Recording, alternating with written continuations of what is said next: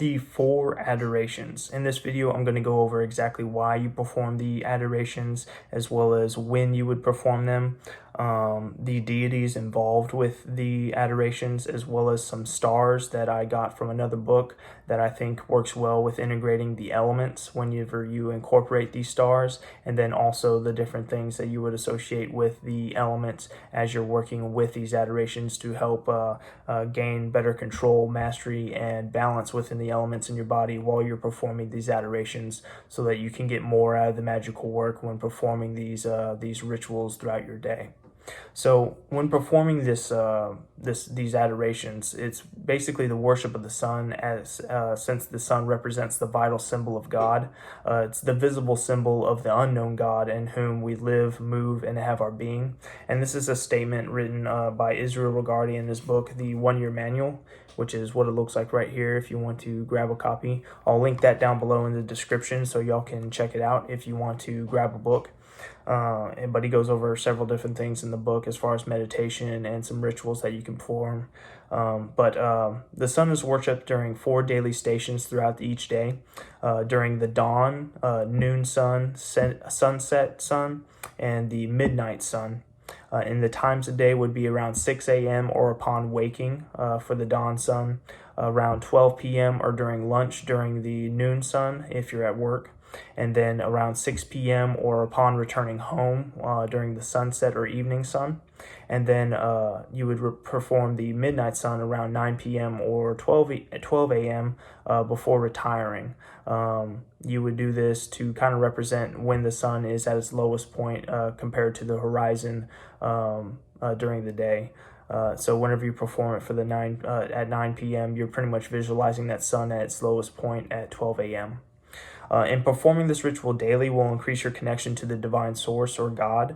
And if you incorporate the elements, like I was saying, you'll have better control, mastery, and balance with the elements that will manifest in your life if you set the intention while working with these elements for it to do so.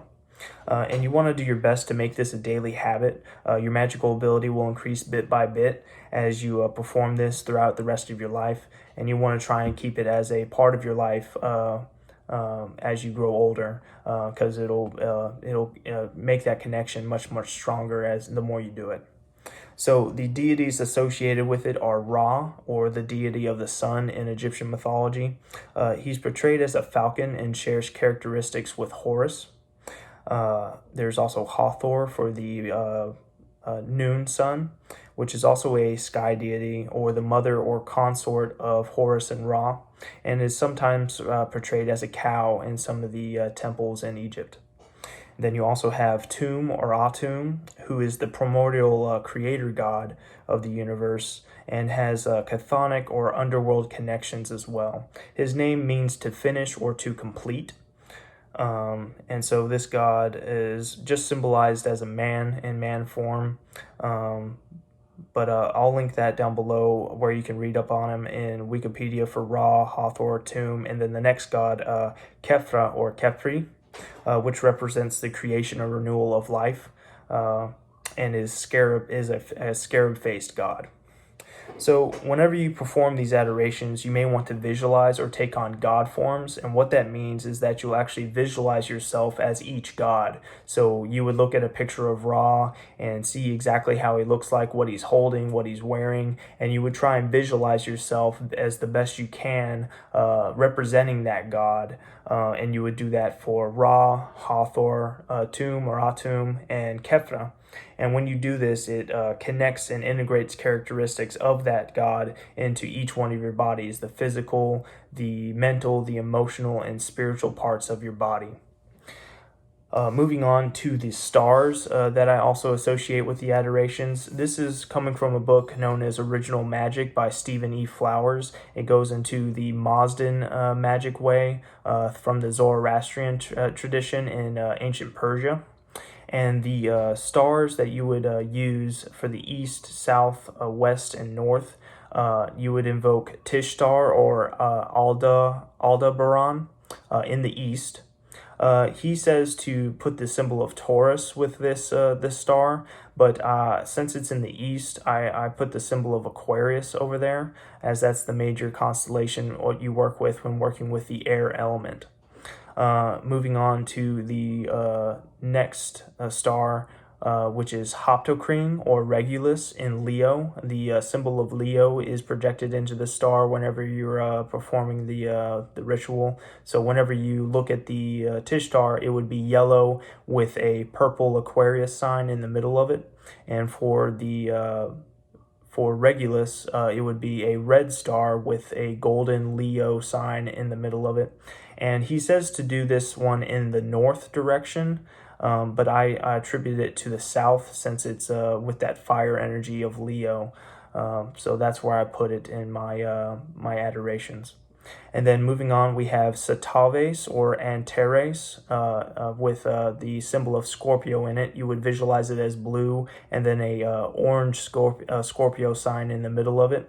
And he says to do this in the south, but I attribute it to the west to be in alignment with the elements for the element of water. And then for the last star, it is Venant or Fomalhaut in Taurus. And he says to visualize this in the west, but I visualize it in the north, and I see it as a green star with a black Taurus symbol in the middle of it. So whenever you're doing this, you would invoke or chant the star names for each star. So you would go Tishtar in the east, Hoptocrene in the south, Sataves in the west, and then Vanant in the north. And then you could also use the other names associated with that too. I'll take a picture of that and post it on YouTube for y'all to see exactly how it's spelt out. And so you could also check out the book Original Magic by Stephen E. Flowers, where he goes over the Mazda magic way of evoking the Yazatas or the angels associated with that religion. But the elements that you would involve with this in the east is the air element. So you could visualize yourself pulling in the air element into the throat chakra associated with the middle pillar, or you could do it in the heart chakra for the 7-tier system from the root chakra to the crown chakra. For the south, you would visualize the element of fire, and this is associated with the heart chakra with the middle pillar, or the solar plexus chakra with the 7-tier chakra system. Then for the west, you have the water element, which you would associate with the sexual chakra or the one in the pelvis, or you would associate it with the sacral chakra of the 7-tier chakra system. So for the middle pillar, it would be in the pelvis, and for the 7-tier, it would be in the sacral chakra. For the north, you would invoke the earth element, and you would associate it with the ground or feet chakras in the middle pillar, and for the root chakra in the 7-tier chakra system. But that's pretty much it. You would also invoke the god names to the kings associated with the elements to make the adorations a little bit stronger. You could do each mantra one time or several times, however much time you have to perform the magic.